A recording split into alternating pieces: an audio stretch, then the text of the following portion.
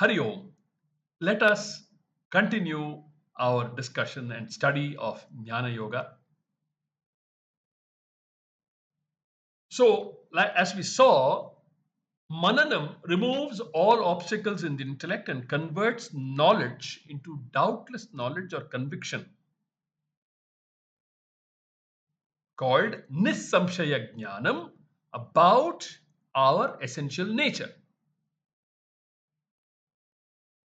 We all know our superficial nature. It is about our essential nature, our real nature, our higher nature, that clear knowledge is established through the exercise of mananam.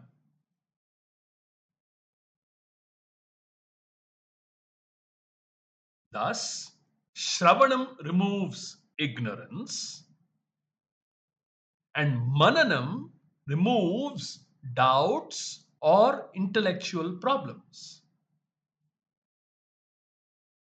The third exercise in Jnana Yoga is called Nididhyasanam. Nididhyasanam. In this exercise, we internalize and assimilate the knowledge gained through Shravanam and Mananam. It is also used to neutralize habitual behavioral patterns that existed before acquiring knowledge. Our present behavioral patterns were developed gradually over several decades. Why decades? Over several janmas, human janmas. So many impressions, wrong impressions we have created, that we have deposited in our subconscious minds. We have conditioned ourselves to behave in a particular manner. We will have to decondition ourselves gradually. It's not like the swish of a magic wand. No. This process is called nididhyasanam or assimilation. Only when our habitual behavior is neutralized will we get the full benefit of self knowledge. The consequences of not neutralizing our habitual behavior is graphically illustrated by the following story. You must listen in. There was once a barbers association. A barbers association. They wanted to celebrate their anniversary and planned to enact a drama. A scene was chosen from the epic Ramayana.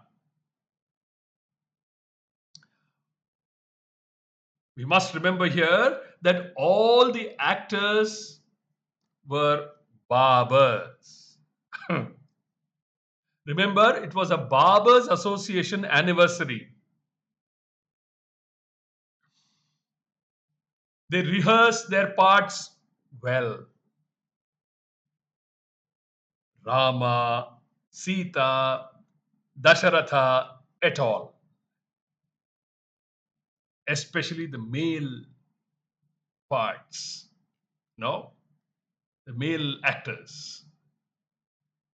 Then came the crucial day, the day of the anniversary. Dasharatha was bedecked with all his ornaments. Remember, he is a barber playing the role of a king. Sage Vishwamitra too is another barber playing the role of the sage with mustache and beard. The long beard, luxuriant beard. After all, sage Vishwamitra was a rishi. The scene is when Rishi Vishwamitra enters King Dasharatha's court, asking for Prince Rama to be sent with him to protect his Yaga Rakshanam. King Dasharatha does the honors of welcoming the Rishi, offers him a seat, and asks him what he wants and what he could do for him. And what King Dasharatha could do for the Rishi, the honorable Rishi. Dasharatha asks the Rishi, "What do you want, O Maharshi? And what can I do for you?" Remember, Dasharatha has rehearsed his part very well. You must remember that. He has rehearsed his part very well, all right. The auditorium is brimming with spectators, hundreds of them, all waiting for the scene to you know to be presented in front of them. At the crucial moment, King Dasharatha, a barber that he was, asked, as he would do in his saloon,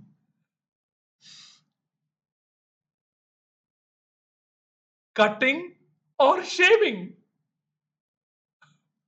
meaning, because he's looking at Rishi Vishwamitra with the luxuriant hair, and is, as it were, smacking his lips and saying, "Here's a nice, great customer where I can really exhibit my talent, my ability of being a barber." So he asks, "Cutting shaving to put it in Tamil. Do you want a haircut or a shave?" He was so excited when he saw so much hair on Rishi Vishwamitra that his habituated expression burst out inadvertently. He was so imbued with these expressions. This is called inside barber, outside Dasharatha. Outside Dasharatha. Similarly, we have been samsaris, petty, bitter, ignorant people all along.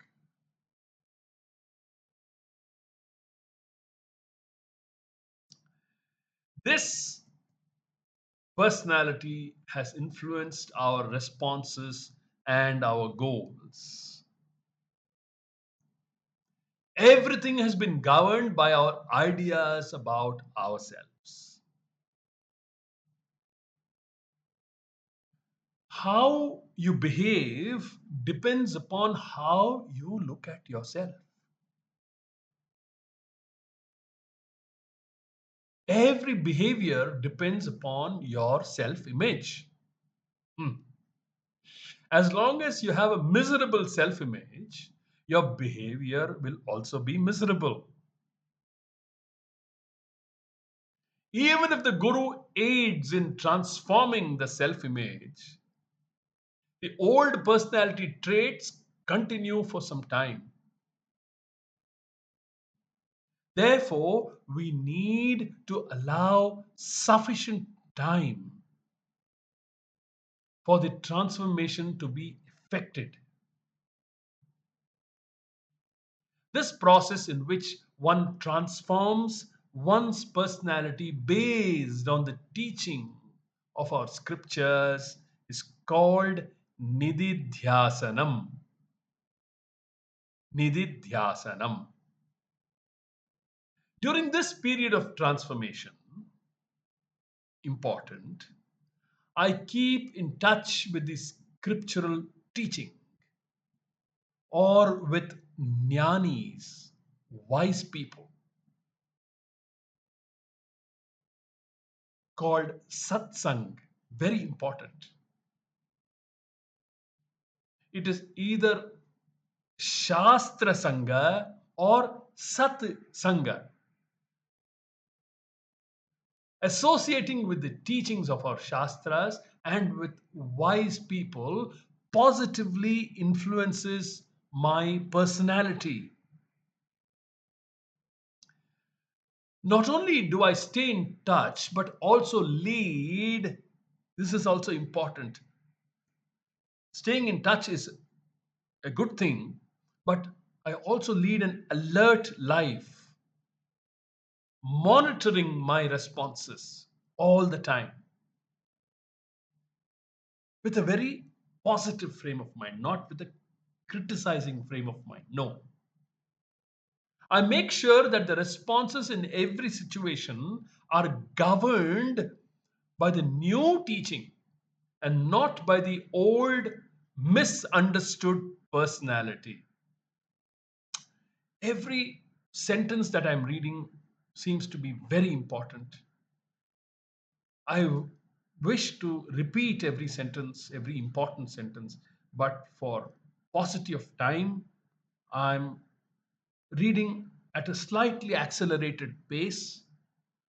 But please ensure that all of you go back to these portions and re listen, reread these portions several times over so that it percolates, the percolator effect that Swamiji talks about. These teachings percolate and get deposited in our subconscious minds. This is called nididhyasanam, a process of assimilating the teaching. Only assimilated knowledge nourishes me like assimilated food does. It is not the amount of food that I eat, but the amount of food that I digest that matters. Swami Chinmayananda expresses this wonderfully. You have gone through 10 Upanishads, you say, wonderful. But how many Upanishads have gone through you? He would ask. Going through 10 Upanishads is not important. Has even one Upanishad gone through you? We must ask ourselves these questions repeatedly. Look at how our great gurus have thought about this so deeply. Therefore, Shravanam, Mananam, and Nididhyasanam together make up Jnana Yoga. This Jnana Yoga will bless us with self knowledge. Self knowledge will give us moksha, the Parama Purushartha or Shreyas. Moksha, as we have seen earlier, means I am free in the presence of things and free in the absence of things. in the presence of people and in the absence of people. We have seen this before. Swamiji has talked about this even in the first topic of Purusharthas. In the presence of my life and in my death. This is Jnana Yoga, the subtlest form of sadhana. We must remember that all three of these yogas, Karma Yoga, Upasana Yoga, and Jnana Yoga, are compulsory for all people, no exceptions. As Swamiji mentioned earlier, they are not optional yogas. Everybody is required to go through all of them, and the culmination is in self knowledge, which gives me moksha. If a person comes to Jnana Yoga directly without going through Karma Yoga or Upasana Yoga, he cannot, he will not be successful. It is like directly going to the MSc mathematics class without going through LKG or even beginning from pre KG, then LKG, UKG, primary school or secondary school, and then graduation, isn't it?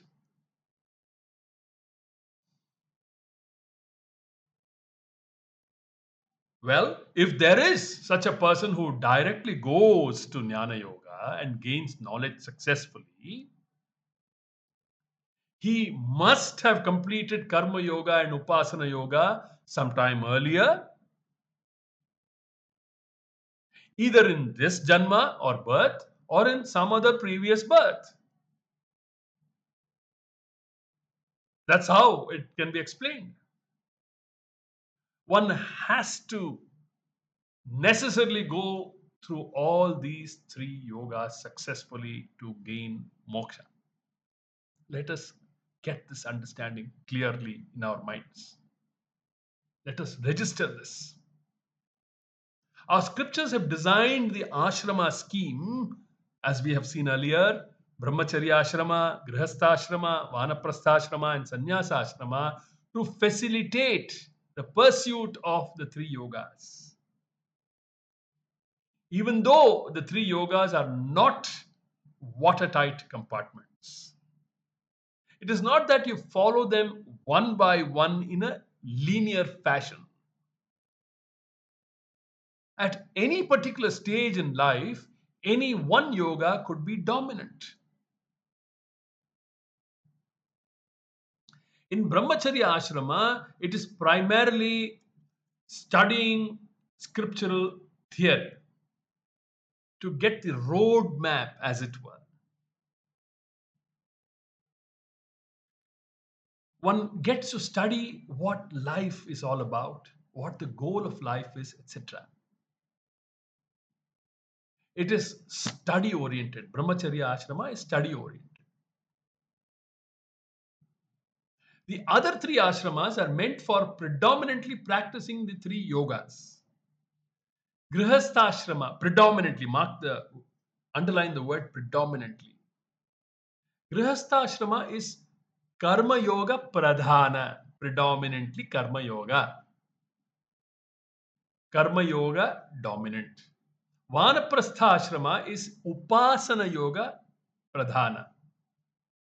And sannyasa ashrama is jnana yoga pradhana. The three different infrastructures are presented for predominantly practicing these three yogas. Even if one does not go through these four ashramas physically, appropriate lifestyle modifications need to be made depending upon which yoga is predominantly practiced. Therefore, adjust the infrastructure follow the three yogas, gain knowledge, and be free.